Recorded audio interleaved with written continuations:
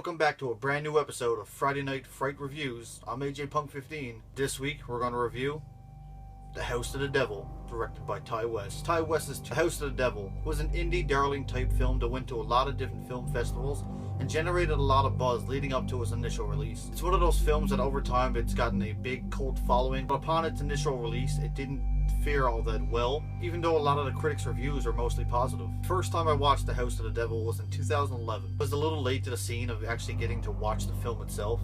I picked up the Blu-ray copy that stands next to my head right now, and since that day I have not looked back. The House of the Devil is an 80s throwback kind of surreal slasher mixed with supernatural horror. The film focuses around this one girl named Samantha, played by Jocelyn Donahue. She's a college student who's a little low on cash, so she's looking through the community board to find odd jobs. A lot of the lines of dialogue in this film actually feel real. It feels like two people sat down talking about stuff that you normally would talk about to your best friend. Samantha's character finds a job listing out on the college bulletin board for a babysitting job. On her initial call, she didn't get the job, but a few hours have passed and this guy calls her back. This old man calls her back saying, the last minute this babysitter dropped out, can you please come, they'll double the pay, which she could not turn down. At this point she really needed the money, so she had no other choice but basically go do this babysitting job. The real reason that she basically needed the money the most is because her roommate wasn't easy to deal with, so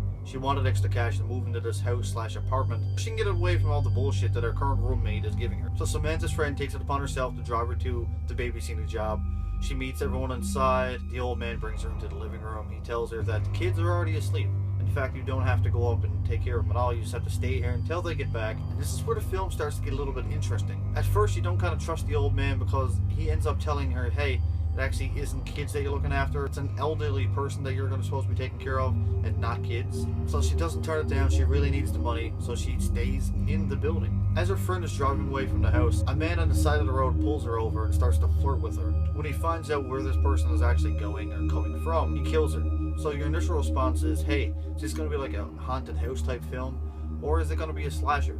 And I think that's what makes this film really unique. It takes all these necessary steps to build and build the suspense, build the tension, build the drama up until a boiling point where it just overflows. And when things really start to boil over, the drama and the tension and the suspense all leads to this dramatic ending that blew me away. Everyone in this entire movie, including Jocelyn Donahue and AJ Bowden, they did an absolute fantastic job. AJ Bowden is quickly becoming one of my favorite horror genre actors of all time. The score for The House of the Devil was very memorable.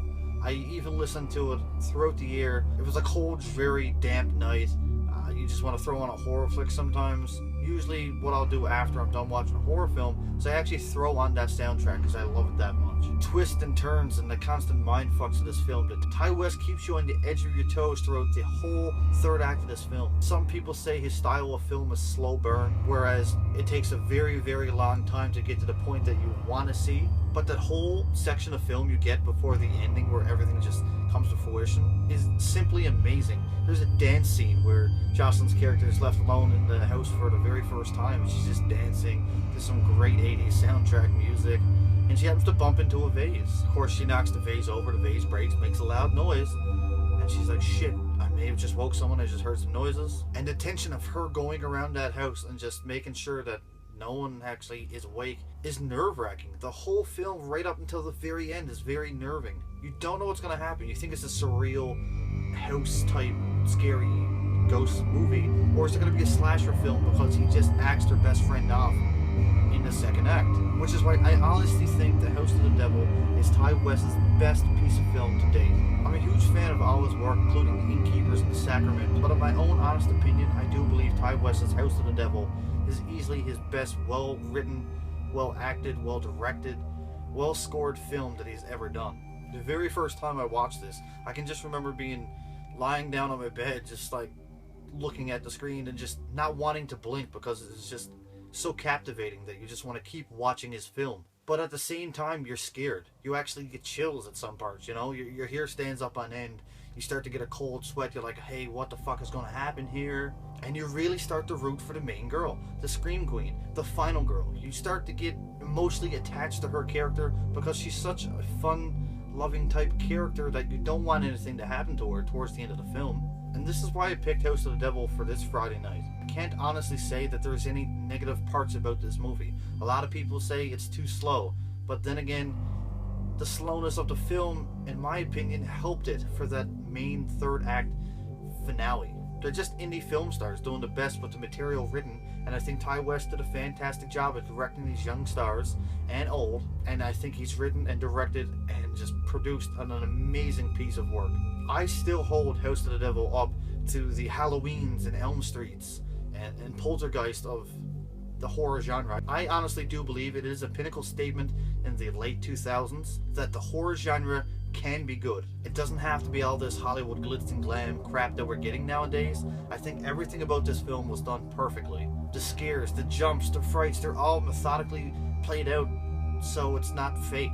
It's real scares. There's none of this loud noises and oh shit, what's that? It's some dude knocking on a door. All the scares are perfect. Suspense, the tension adds up, and when you get scared, you're actually frightened. I'm going to give House of the Devil a 5 out of 5. I think it's a modern day masterpiece of horror, and I think it's Ty West's best work yet. Anyway guys, I really hope you enjoyed my review of House of the Devil, and I really hope you enjoyed another episode of Friday Night Fright Reviews. I'm AJ Punk 15. You take care, and stay frosty.